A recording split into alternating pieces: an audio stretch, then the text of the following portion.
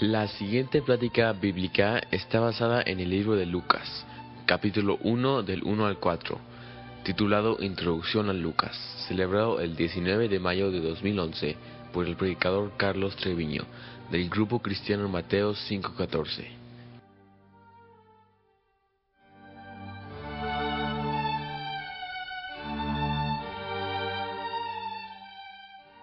Bueno, pues vamos a abrir nuestras Biblias en el libro de Lucas, el Evangelio de Lucas.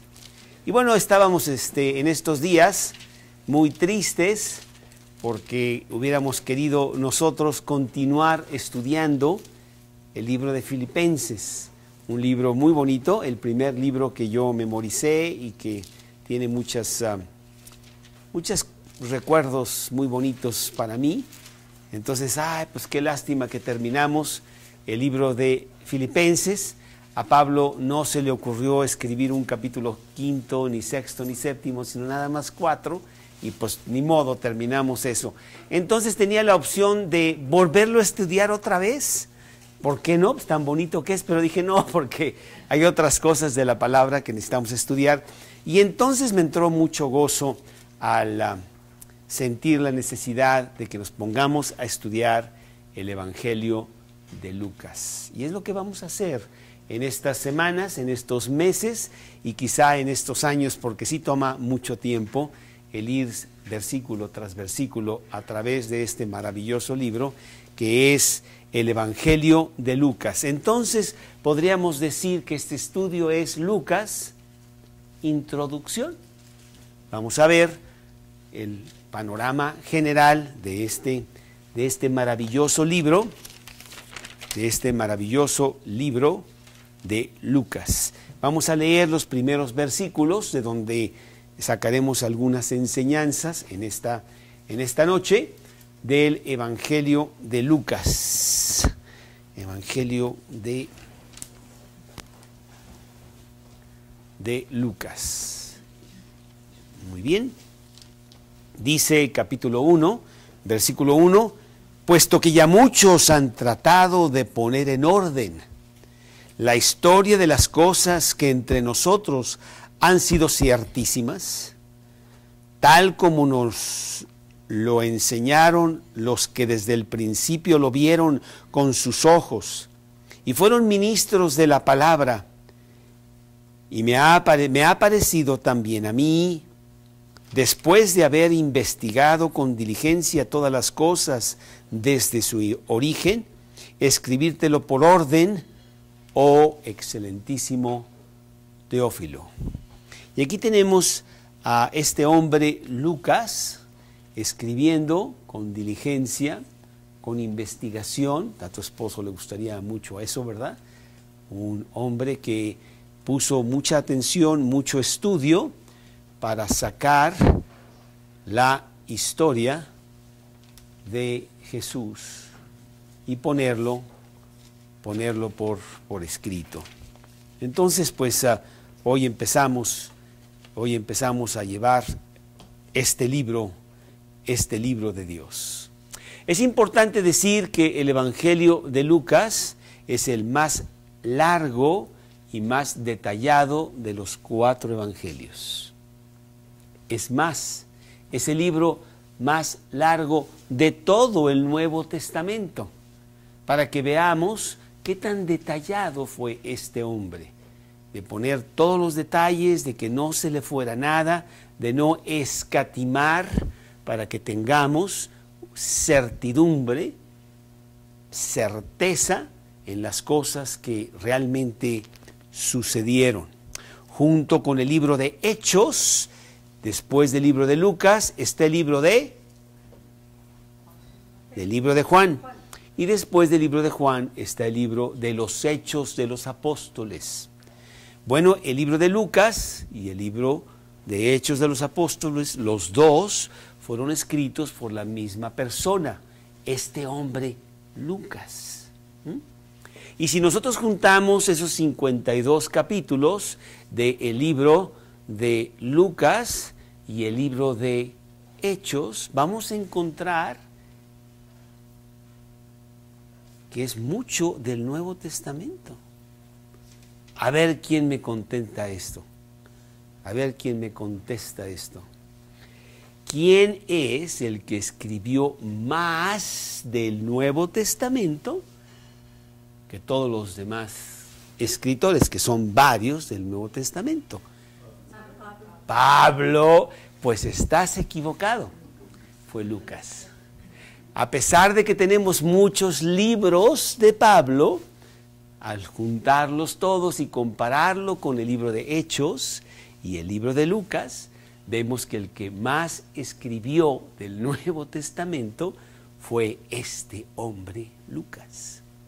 Casi un tercio de todo el Nuevo Testamento está en el libro de Lucas. Yo me acuerdo hace muchos años cuando yo tenía esta gran ambición de memorizar todo el Nuevo Testamento. Empecé muy bien y sí tengo como la mitad, ¿verdad?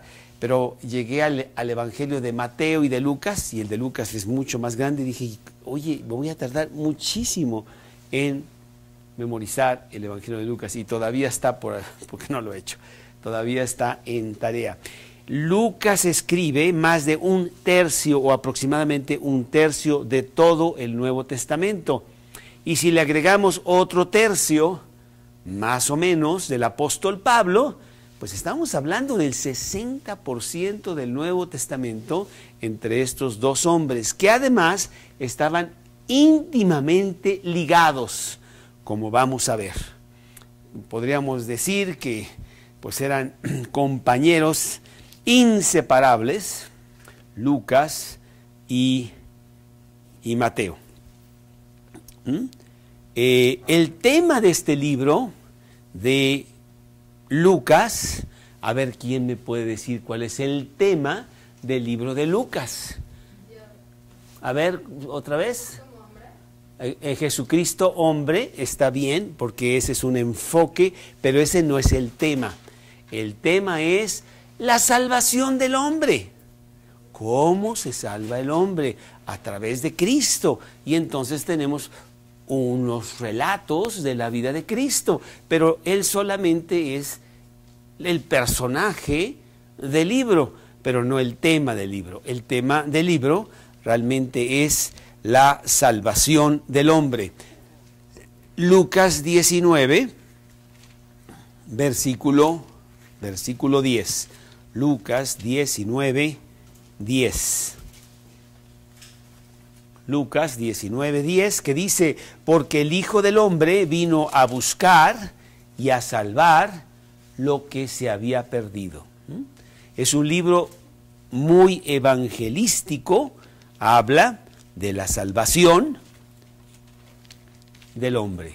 La palabra salvación no la encuentras en Mateo, la palabra salvación no la encuentras en Marcos, la encuentras una sola vez en Juan, pero la encuentras muchas veces en el libro de Lucas. Lucas quiere que tú entiendas que sí puedes llegar al cielo. Sí, sigue ciertos pasos, y esos pasos son fáciles, pero al mismo tiempo no está tan fácil. Y entonces él da muchas facetas de esos pasos para que entendamos que sí se puede llegar al cielo. Y encontramos maravillosas cosas en el libro de Lucas que no encontramos en los otros evangelios. El capítulo 15 entero de Lucas es un capítulo maravilloso en donde habla de la salvación del hombre, de una persona que tiene 100 ovejas y se le pierde una. ¿Y qué hombre es aquel que no deja las 99 ovejas para ir a buscar aquella oveja perdida? Y cuando la encuentra, el gozo es supremo. O el dracma perdido, aquella persona que tiene 10 monedas y pierde una moneda y se la pasa buscándolo hasta que la encuentra, y cuando la encuentra va con sus vecinos gozosa y les cuenta de haber encontrado esa moneda.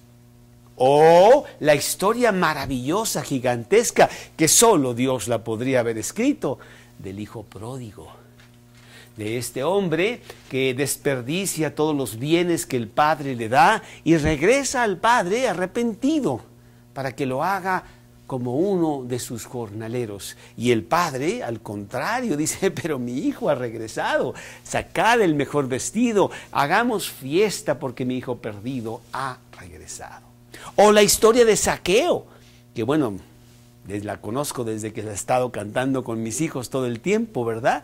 De este señor Zaqueo, publicano, jefe de publicanos y de recaudadores de impuestos, que Jesús decide darle la salvación. Una historia muy bonita que si no la conoces, la puedes ver en los primeros versículos del capítulo 19 de Lucas. Y es una historia realmente muy bella. La he usado yo mucho para hablar de la salvación. Este es el tema.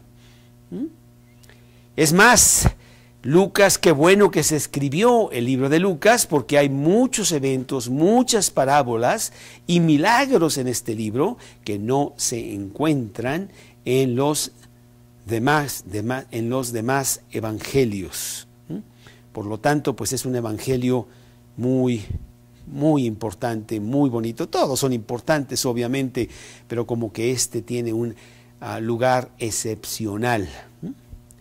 Lucas es único, es excepcional. Cuando sacaron la película de Jesús, que quizá alguno de ustedes la haya visto, una película muy famosa que recorrió el mundo, evangelizando por todos lados, decidieron agarrar el libro de Lucas. Y está basada en el libro de Lucas. No está basada en el libro de Juan, no está basada en el libro de Mateo. Está basada en el libro de Lucas. ¿Sí? Así es. Entonces, la más grande historia que nunca pudo haber el hombre haber dicho, pues está mejor descrita en este libro de Lucas. Inclusive tenemos una película que compramos hace tiempo, muy vieja, que así se llama, La más grande historia que jamás se ha dicho. Y es la historia de Jesús. Pero yo creo que nunca se pudo haber dicho mejor que en este libro de Lucas. El tema, pues, la salvación del hombre. El escritor, ¿quién es el escritor de este libro? Bueno, pues él mismo se identifica rápidamente en estos primeros versículos de su libro, en donde aquí, tomando otra vez estos primeros versículos, puesto que ya muchos han tratado de poner en orden la historia de las cosas que entre nosotros han sido ciertísimas, tal como me lo enseñaron los que desde el principio lo vieron con sus ojos y fueron ministros de la palabra, me ha parecido también a mí. Ahí está. Mí. Nada más, porque quiero decirte que ni en el libro de Lucas, ni en el libro de Hechos, nunca vemos nada de Lucas. Tenemos que realmente escarbar mucho para encontrar algo de este hombre. Era un hombre humilde que no tenía por qué decir cosas de él. Lo que él está escribiendo no es algo de él, es algo de Jesús y de lo que Jesús vino a hacer. Por lo tanto, pues él no aparece como tal. Y sin embargo hay certeza de que el libro de Lucas fue escrito por este hombre Lucas. Pero para ello tendríamos que ir al libro de Hechos y ver todos los compañeros que estaban con Pablo para ver cuál de ellos encajaría en ser el que escribió el libro de Hechos, Y sabiendo quién escribió el libro de Hechos, entonces decimos, pues el que escribió el libro de Hechos escribió también el libro de Lucas. ¿Cómo? ¿Y cómo sabes eso? Bueno, pues entonces nos vamos a Hechos 1, al principio del libro de los Hechos, capítulo 1, versículo 1, que dice, en el primer tratado, oh Teófilo, ay, otra vez Teófilo, muy cuate de Lucas, yo creo, porque le está dedicando 2 libros. En el primer tratado, oh Teófilo, hablé acerca de todas las cosas que Jesús comenzó a hacer y a enseñar hasta el día en que fue recibido arriba, después de haber dado mandamientos por el Espíritu Santo a los apóstoles que había escogido. Entonces, si nosotros conocemos quién es el escritor del libro de del libro de Hechos, podemos entonces ver quién es el escritor del libro de los Hechos, de Lucas, ¿sí? Y no quiero entrar mucho en eso porque si no me voy a perder nada más en eso. Te voy a dar un versículo aquí en el libro de los Hechos, capítulo 16, versículo 8, del 8 al 11, en donde se nos dice algo importante. Está escribiendo y dice, y pasando junto a Misia, Pablo, está hablando de Pablo, descendieron a Troas. ¿Quién? Pablo y los acompañantes de Pablo, en este caso Silas. Y se le mostró a Pablo una visión de noche. Un varón macedonio estaba en pie rogándole y diciendo, pasa a Macedonia y ayúdanos. Cuando vio la visión, enseguida procuramos. ¿Qué pasó?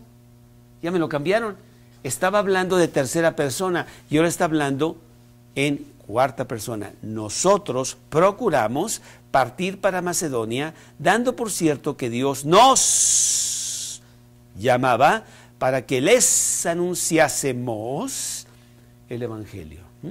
A partir de este hecho, en el capítulo 16, el escritor del libro de los Hechos se une a Pablo para ser su inseparable amigo por toda la vida, porque hasta la muerte vamos a ver que Lucas está con él.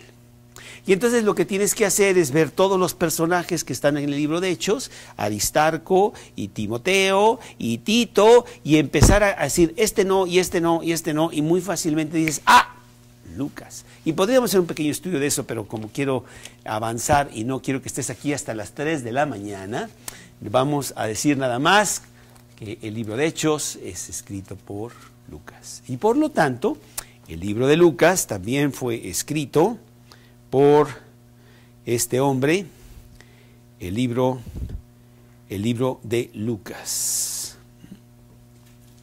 compañero inseparable de Pablo hasta la muerte. Es más, vamos a verlo, segunda de Timoteo, capítulo 4, versículo 11. Segunda de Timoteo, capítulo 4,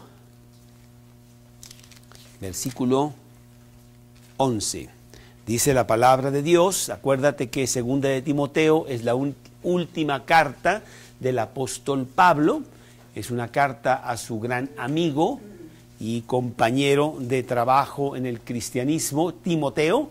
Pablo está por morir, va a ser ejecutado por Nerón y le escribe esta carta a Timoteo. Y aquí en el capítulo 4, versículo 11, dice, solo Lucas está conmigo. Entonces Lucas es la única persona que está con Pablo en los últimos momentos de su vida. Realmente estuvo con él siempre. Sin embargo, sí podemos decir que Lucas no fue uno de los apóstoles. Tú te vas a Lucas, precisamente, te vas al capítulo 6 de Lucas, en donde él nos dice quiénes son los apóstoles. Ahí en el versículo 12 del capítulo 6, en aquellos días él fue al monte a orar y pasó la noche orando, y cuando era de día llamó a sus discípulos y escogió a 12 de ellos, a los cuales también llamó apóstoles. Y aquí están los nombres de estos 12, que también los puedes encontrar en Mateo capítulo 10, versículo 2, y te vas a encontrar que, no está Lucas. Entonces Lucas no fue apóstol ni tampoco testigo ocular de las cosas que sucedieron a Jesús mismo. Él no estuvo durante la vida pública de Jesús. Eso es lo que es importante decir. El escrito de Lucas es una recopilación de datos de otros escritores. ¿Quiénes? Mateo, Marcos, Juan no. ¿Por qué Juan no? Porque el Evangelio de Juan fue escrito muchísimo después, en el año 90 y tantos, ya casi al terminar el siglo se escribe el Evangelio de Juan junto con Apocalipsis. Entonces, pues Juan no. Mateo, Marcos y otros escritos que andaban por ahí. Había muchos escritos acerca de Jesús, inclusive algunos descabellados con mil cosas ahí, diciendo cosas que no eran certeras. Y entonces Lucas tuvo con gran discernimiento que ir a investigar con diligencia las cosas que habían sucedido, ponerlas en orden y entregárselas para que supiera su amigo el excelentísimo Teófilo. Y además utilizó, dice aquí también la Biblia, testigos oculares. Testigos oculares ¿como quién? Pues como Marcos mismo, Mateo, María, la madre de Jesús, Pedro y Marcos anduvieron juntos por todos lados, entonces sin duda, pues Pedro también contribuyó.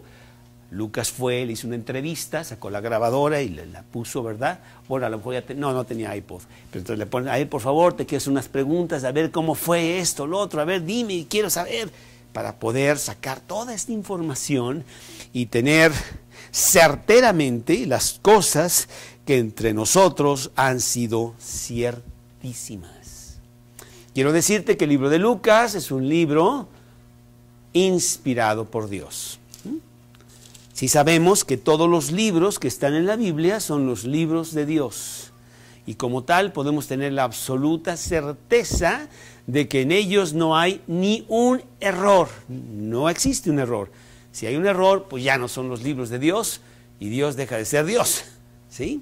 El libro de Lucas fue inspirado por el Espíritu Santo. Él recopiló, él diligentemente estudió, investigó todas estas cosas, pero el Espíritu Santo estaba sobre él para decir qué escribir, cuándo escribir y cómo escribir y todo lo demás. Inclusive podría ciertamente haber algunas cosas en el Evangelio de Lucas que no recopiló de nadie, sino que el mismo Dios se las declaró. ¿Sí? Entonces Lucas no fue una de las personas que vieron a Jesús. Él viene después de la muerte de Jesús. ¿Sí? Bueno, pues esto es lo que más o menos estamos entendiendo un poco de Lucas, pero tú dices, oye, ¿hay más por ahí? ¿Me puedes decir qué más podemos hablar, entender, conocer de este hombre Lucas? Quizá podemos tomar algunas conclusiones al analizar estos 4 versículos del libro que estamos nosotros empezando a estudiar, el libro de Lucas. Y realmente es muy bonito cuando empieza a rascarle que sí hay cosas muy importantes que podemos sacar del personaje, Lucas. Lo primero que vemos aquí en este libro de Lucas es de que estos primeros 4 versículos son escritos en un griego clásico, de alta educación. Por lo tanto, Lucas era una persona letrada, con conocimientos escolásticos. Después de estos primeros 4 versículos, él cambia a un griego mucho más simple para todos, pero como que quiere poner con certeza o con certidumbre la credencial del libro. Este es un libro muy serio. He estudiado detenidamente. No creas tú que te estoy dando nada más rumores o fábulas o verdad con un poquito de mentira por ahí, o los chismes que encontramos, nada de esto. Y por eso él pone un lenguaje bastante alto en estos primeros cuatro versículos. Como Pablo, y contrario a los apóstoles eran del vulgo, los apóstoles eran personas ordinarias, Pedro y Juan y Santiago y todos los demás, no así este hombre, y tampoco Pablo. Pablo era un hombre realmente también altamente letrado, que había estudiado a los pies de Gamaliel, que era el gran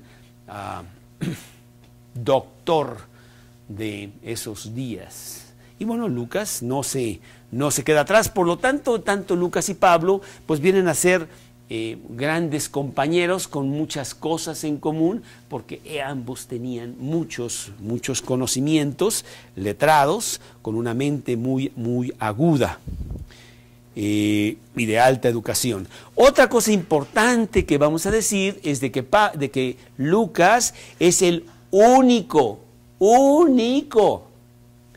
hombre que Dios usa para escribir alguno de sus libros de la Biblia que no es judío.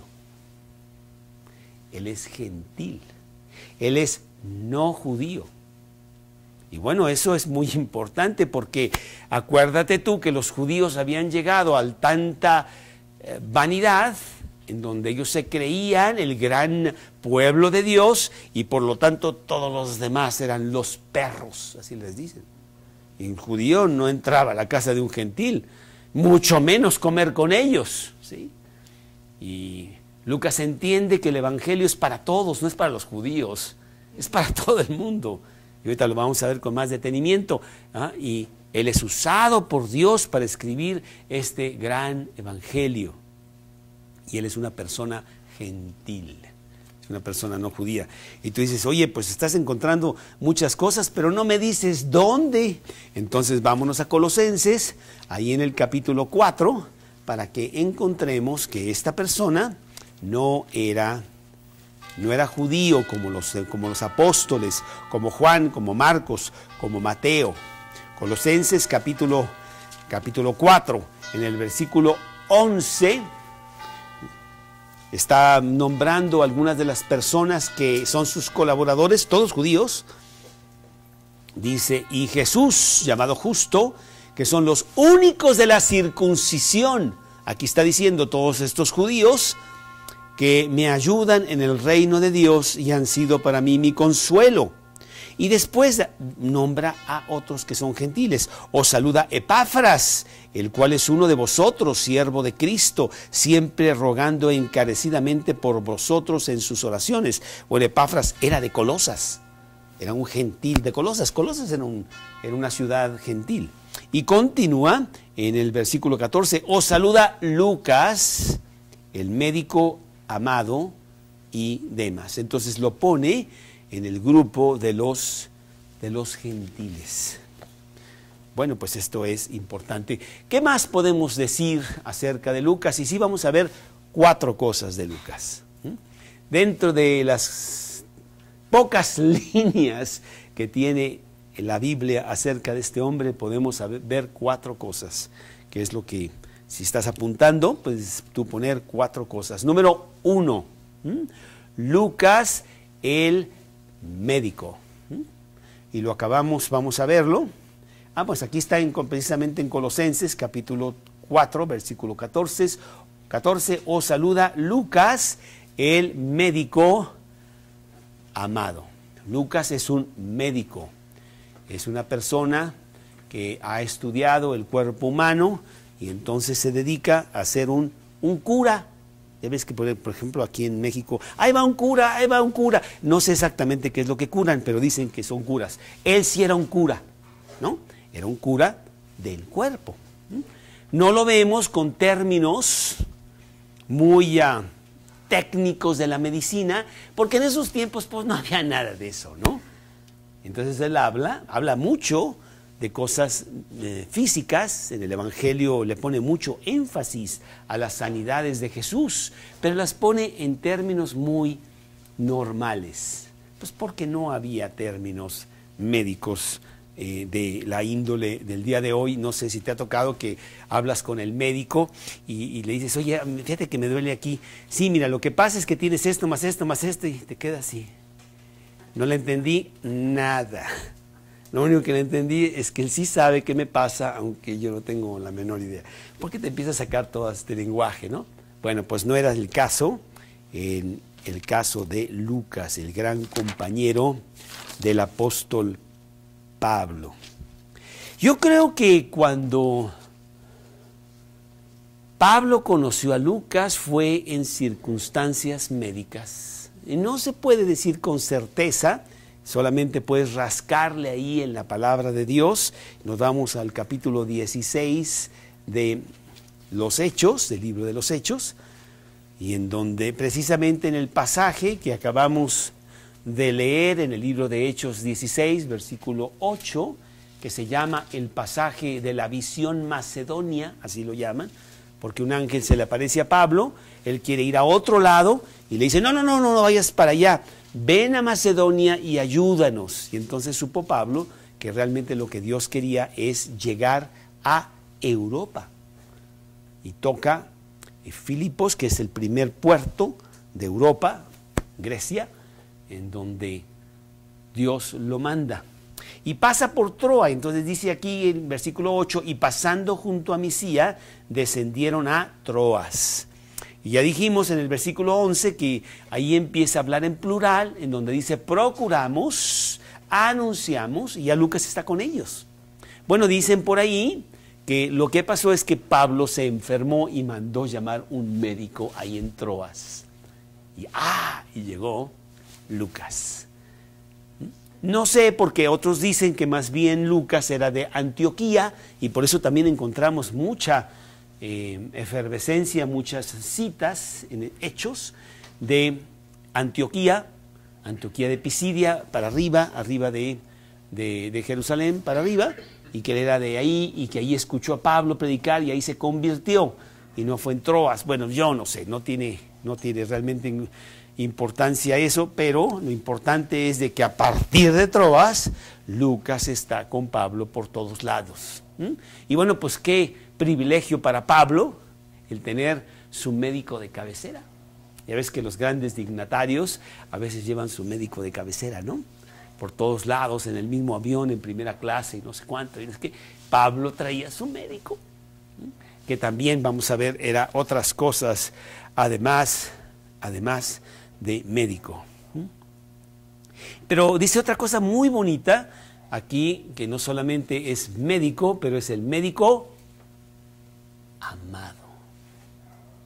El médico amado, una persona realmente tierna, una persona realmente metida en las cosas de Dios, compañero inseparable de Pablo, siempre buscando lo mejor para Pablo, siempre cuidándolo, ayudándolo en lo que Pablo quisiera, disponible para cualquier cosa en la vida de Pablo. No sabemos si Lucas era casado, si tenía hijos, no nos dice nada de eso, pero sí podemos ver que estaba con Pablo y que Pablo lo tenía en una muy grande estima cuando él dice el médico amado.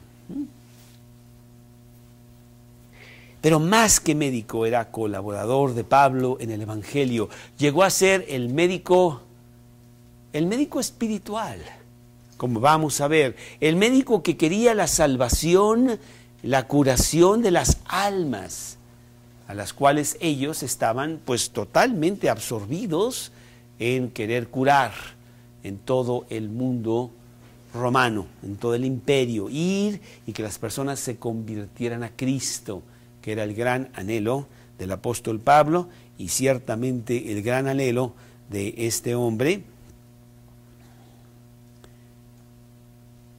Lucas. Filemón 24, si vas a este pequeño librito, que es el libro de Filemón, al escribirle desde Roma en la cárcel, Pablo a Filemón, le dice en el versículo 23, te saludan Epafras, mi compañero de prisiones por Cristo Jesús, Marcos, Aristarco y Lucas, mis colaboradores. Realmente nada más hay 3 citas, la de Colosenses, la de Filemón y otra por ahí. Ahorita la vamos a encontrar, ya se me fue, pero nada más son 3 citas las que están en todas las cartas de Pablo con respecto a Lucas. Entonces, ¿perdón? 2 en Colosenses. Unos 7 de Colosenses, ¿será? Tal vez no es la que yo tengo, porque déjame ver, unos 7. Como lo habéis aprendido de Epafras, nuestro consiervo amado, que es un fiel ministro de Cristo para vosotros. Está hablando de Epafras, no de Lucas. Ahorita me va a venir a la mente, está aquí en uno de los libros, es Primera de Timoteo, Segunda de Timoteo, claro, Segunda de Timoteo, capítulo 4, versículo 11, solo Lucas está conmigo. Filemón 23, os saluda Lucas, mi colaborador, y Colosenses capítulo 4, versículo 14. Son las 3 únicas citas en donde se encuentra el nombre de este hombre. Entonces él es el médico, un médico físico que anda por todos lados con Pablo. Número 2, Lucas, además de ser médico, es Lucas el historiador.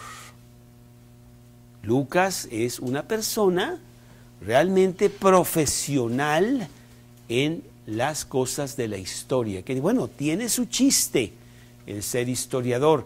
Tienes que saber dónde encontrar las cosas, poder recopilarlas, catalogarlas, poder discernir entre lo cierto y los rumores y lo incierto o lo totalmente mentira, poder poner las cosas en su lógico orden para poder también transmitirlas. Entonces este hombre es un historiador y Dios lo usa de esta manera al escribir precisamente el Evangelio de Lucas, en donde desde el primer versículo vemos que Lucas es un historiador, en donde dice, puesto que ya muchos han tratado de poner en orden las cosas, la historia de las cosas que entre nosotros han sido ciertísimas. Ya había muchas historias, ya había muchas biografías, muchas diferentes escritos, pero Dios lo usa desde el punto de vista profesional para ponerlo bien, porque Él dice, quiero que sepas la verdad, quiero que tengas las cosas en orden, bien puestas, y Dios me ha puesto a mí para que yo lo haga. Lo lleva a escribir este libro el mismo Dios. Un historiador minucioso, preciso, diligente, investigador profundo, en donde toma los escritos existentes y también testimonios de testigos oculares, porque él no realmente había visto casi nada en Lucas. En Hechos sí, porque él fue partícipe él mismo, pero no en Lucas, no durante la vida de Jesús. Cabe mencionar que todo esto bajo la inspiración del Espíritu Santo. Dios pone a grandes hombres de Dios a trabajar para que con diligencia, con talento, con muchísimo trabajo, con sudor, haganle el trabajo. Pero puede haber errores. Bueno, cuando entra el Espíritu Santo, Él hace que el trabajo sea sin error. Un investigador realmente profundo, esmerado, y dice que escribió desde el principio. Es el único evangelio en donde va en muchos detalles desde el nacimiento de Juan el Bautista, antes de Jesús, el nacimiento de Jesús, con muchísimo detalle, los pastores iban al templo, y Ana y Simeón, y cuántas cosas que pone él en su narrativa, porque realmente sí es un historiador minucioso y profesional. Cabe mencionar que las personas que él utilizó, no son personas cualquiera. Aquí cuando dice, puesto que ya muchos han tratado de poner en orden la historia de las cosas que entre nosotros han sido ciertísimas, tal como se nos lo enseñaron los que desde el principio lo vieron con sus ojos y fueron ministros de la palabra.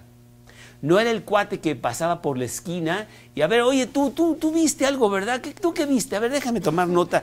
Y, no, pues yo pasaba por ahí y entonces había una muchedumbre y entonces no sé qué. No es esa clase de persona. Eran ministros de la palabra. Eran los predicadores, los líderes, las personas que estuvieron con Jesús o muy allegadas después a los discípulos de los que estuvieron con Jesús, aquellos a los cuales Lucas fue. Y cabe mencionar que todo testigo ocular de Cristo es un ministro de la palabra. Tú y yo somos testigos oculares de Cristo. ¿Cómo? ¿Estuviste ahí, Vero? Yo soy testigo de la resurrección porque yo mismo he resucitado, he cambiado.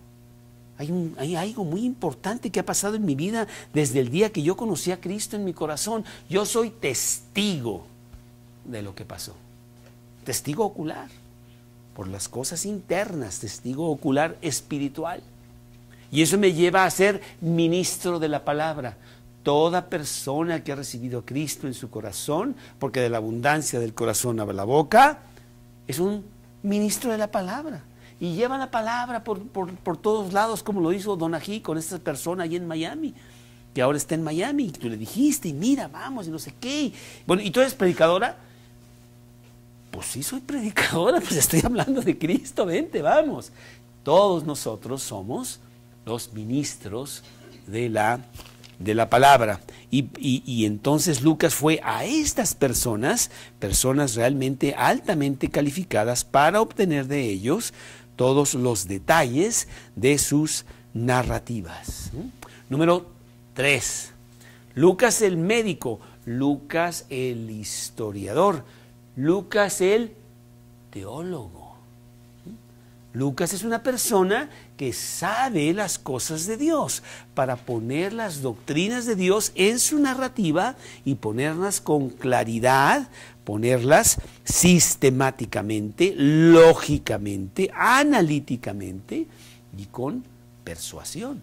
Un teólogo es una persona que quiere persuadir.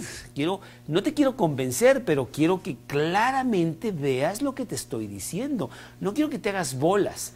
Porque uno dice, no, él es teólogo, pues no le voy a entender nada. No, un teólogo es una persona que te hace entender, porque te pone las cosas A, B, C, con lógica y bien puestas, pero al mismo tiempo con persuasión. Y esta persona, Lucas, es esta clase de persona, donde su libro, por lo general, es cronológico. Sigue un hilo cronológico, pero no siempre, porque hay pasajes en donde él quiere que sea temático, él te está tratando de dar un punto importante y entonces no importa si entra cronológicamente o no. Lo que sí te puedo decir es de que su evangelio es un evangelio profundamente teológico, porque ahí toca Lucas temas muy importantes que a lo mejor no están tanto en los otros evangelios. Número 1, por ejemplo, o inciso A, la soberanía de Dios. Muy importante. Dios hace lo que quiere, cuando quiere, como quiere y no tiene que decirle a nadie. Dios es soberano absoluto y Lucas lo vemos en su evangelio hablando fuertemente de esta soberanía de Dios, con gran énfasis en ¿qué? En la cruz. Fíjate, desde el capítulo 9 hasta el capítulo 23, ¿de qué crees que habla él? De la certeza de la cruz. De que muy pronto Cristo irá a la cruz y empieza todo en Lucas 9. Lucas 9,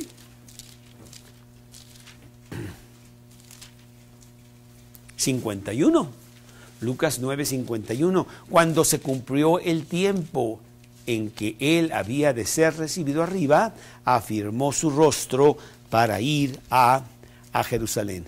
Y desde ese momento, en todas las demás páginas, hasta el capítulo 23, hasta el final, Lucas habla de la cruz, que es realmente parte del tema de la soberanía de Dios. Dios quería eso y nadie le iba a impedir que eso se suscitara de la manera que Dios lo tenía planeado, que Cristo Jesús muriera por el hombre para entregarle la salvación. Inciso B, no solamente habla de la soberanía de Dios, habla de la universalidad del Evangelio. El Evangelio no era para los judíos, perdóname, era para todos, los judíos, los gentiles, los ricos, los desechados de la sociedad, como el hijo pródigo o la mujer adúltera que entra a lavarle los pies con perfume, ¿te acuerdas? En donde él es el único que menciona eso en el capítulo 7 ahí de Lucas, los demás no lo mencionan. Y entonces vemos que él quiere que se entienda que el Evangelio es para todas las personas. Y que por lo tanto no es exclusividad de los judíos. Quiero mencionarte que el Evangelio de Mateo tiene la genealogía de Jesús, ahí en el capítulo 1 de Mateo, y empieza con Abraham, pero Lucas no hace eso. Lucas en el capítulo 3 da la genealogía de Jesús, pero ¿dónde empieza? ¿Dónde empieza, don aquí? Con Adán. Porque la salvación es para todos, es también para Adán, y Adán no era judío, ¿no? Los judíos empezaron mucho tiempo después, ¿sí? Lucas 14, 16. Lucas 14, 16.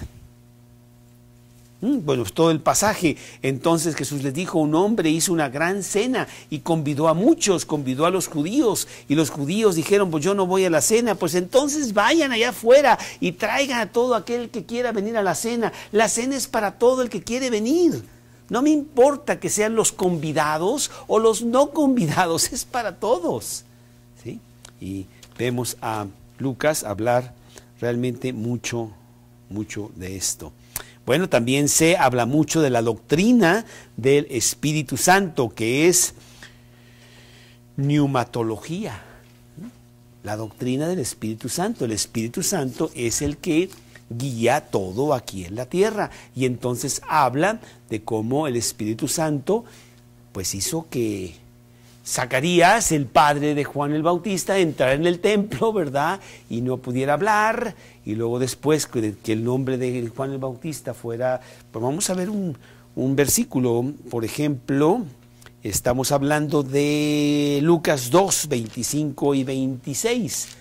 Y bueno, muy importante, pero él habla mucho del Espíritu Santo. Lucas 2, 25. Y he aquí... había en Jerusalén un hombre llamado Simeón, y este hombre justo y piadoso esperaba la consolación de Israel, y el Espíritu Santo estaba con él. Y le había sido revelado por el Espíritu Santo que no vería la muerte antes que viese al ungido del Señor.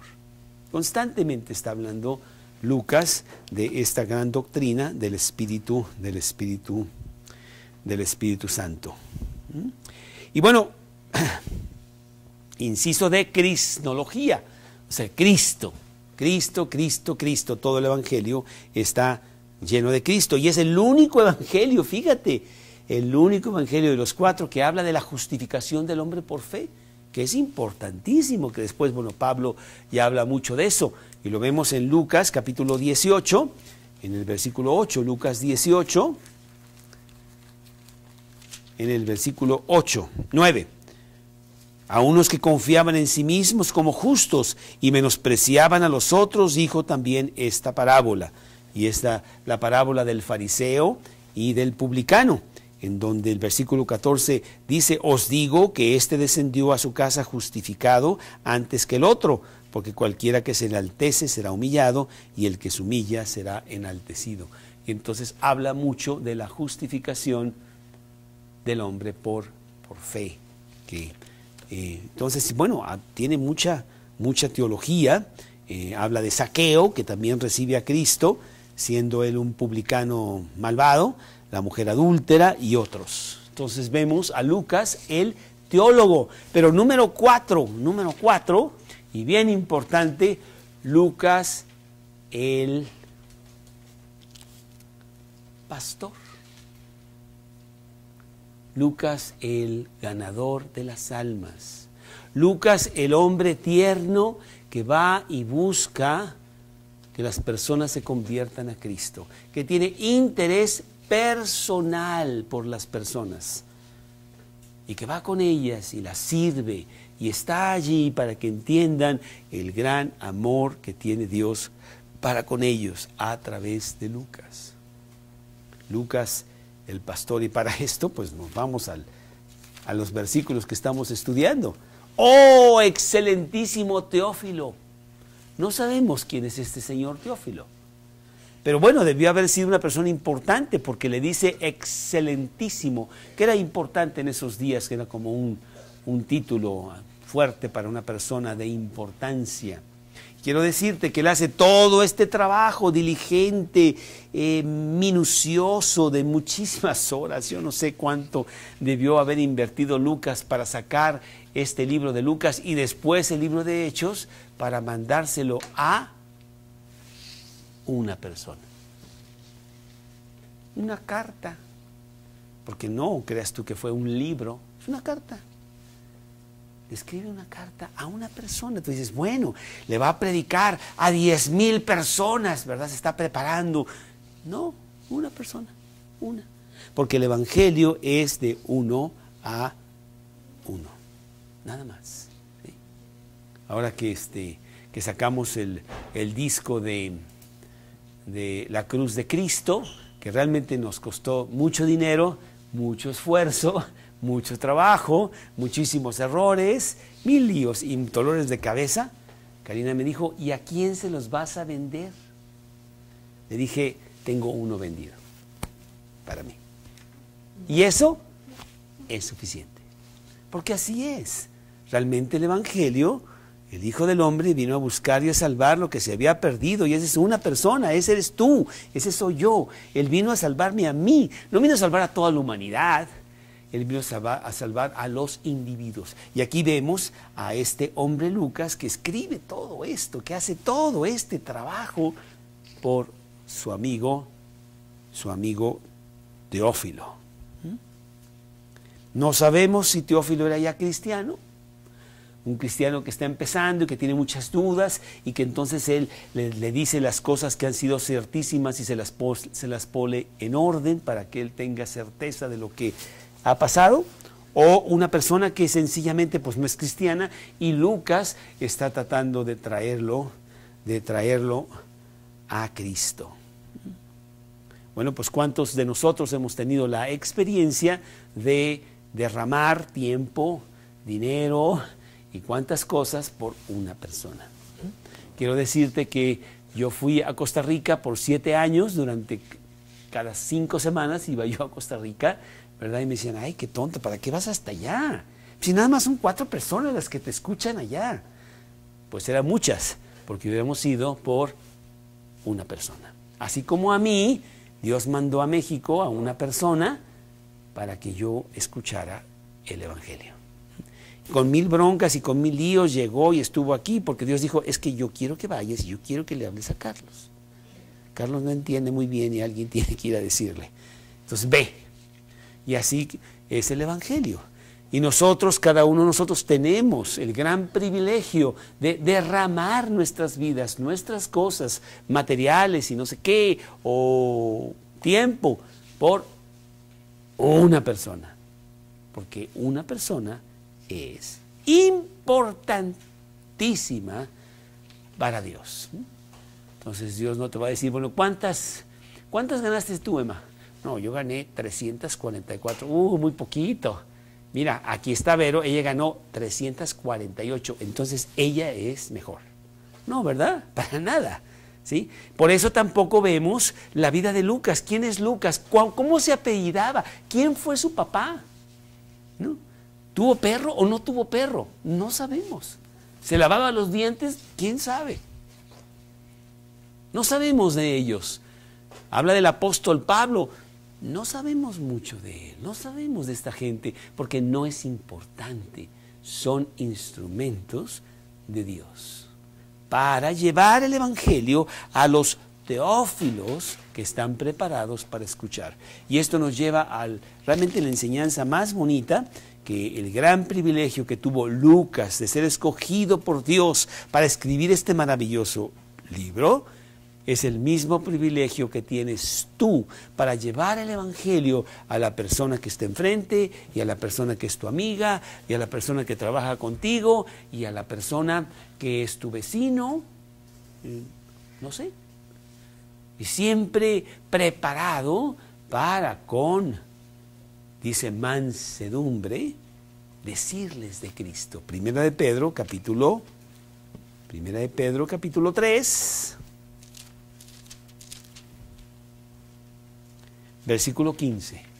Primera de Pedro, capítulo 3, versículo 15. Yo estoy seguro que Lucas leyó este libro, este versículo de Pedro. No es cierto, porque Pedro lo escribe mucho después. Y bueno, no es cierto. Lucas murió a la edad de 84 años, dice la leyenda, pero no está en la Biblia. Entonces, bueno, pues a lo mejor, ya viejito.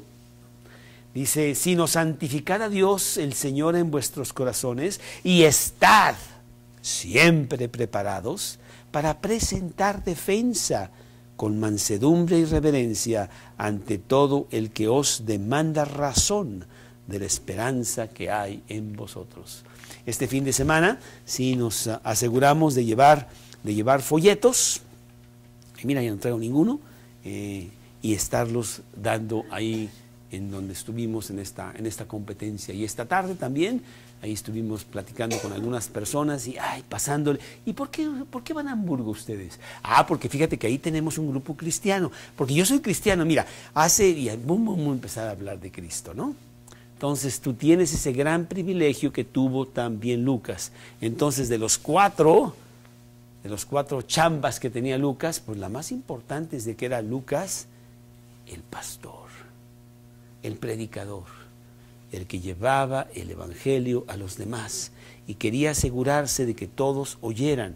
Si lo toman o no, esa ya no es bronca nuestra, pero que escuchen las grandes nuevas de Jesús. Están disponibles para cualquiera. Y esa es ahora tu labor. Así es que esta noche te voy a dar un título nuevo que se llama Me llamo Lucas. Y voy a salir a hablar de Cristo. Tenemos una persona allá en Hamburgo, uno de nuestros grandes cristianos que tenemos allá. El año pasado tuvieron a su bebé, en julio del año pasado, ya están esperando el segundo, y le pusieron Lucas. Es un nombre realmente, bueno, un nombre gentil, un nombre griego, muy bonito, ¿verdad? Y que pues tiene el gran modelo de este hombre, Lucas, que recibió el privilegio de escribir este maravilloso libro. Así que, a partir de la semana entrante, porque pues ya se nos fue el tiempo, vamos a empezar a ver este gran libro de Lucas. Hoy lo único que pudimos ver, y la verdad si me fui un poquito rápido, es este prólogo, que tan bonito, me gustó tanto que yo me lo memoricé. Muy bonito este prólogo, me lo hice hace mucho, que realmente es solamente una oración, no tiene ni comas ni nada, y se va por 4 versículos, muy bonito, y entrando en el versículo 5, deja el prólogo y dice, hubo en los tiempos de Herodes, rey de Judea, un sacerdote llamado. Ahí empieza el libro realmente, ¿no? Ahí empieza la historia que quiere pasarnos Lucas, habiendo con diligencia escudriñado todas las cosas y poniéndolas en orden para que nosotros, excelentísimos teófilos, ¿verdad?, viéramos la gran verdad de Jesús y la salvación que Él quiere para nosotros.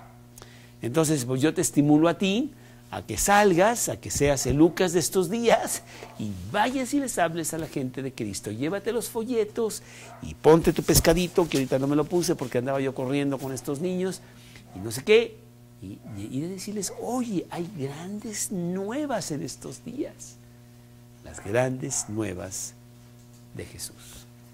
Vamos a orar. Señor, te damos muchas gracias por este maravilloso libro que nos permites tener en nuestras manos, en español, sin error, con todas estas grandes enseñanzas y verdades que quieres que nosotros sepamos y nos apropiemos. Gracias por este privilegio, por tener este libro y que este libro realmente pues penetre en nuestra vida, nos haga ser los predicadores de este siglo XXI, así como Lucas lo fue en los tiempos del primer siglo del cristianismo. Gracias, Señor, te lo pedimos en el nombre de Cristo Jesús.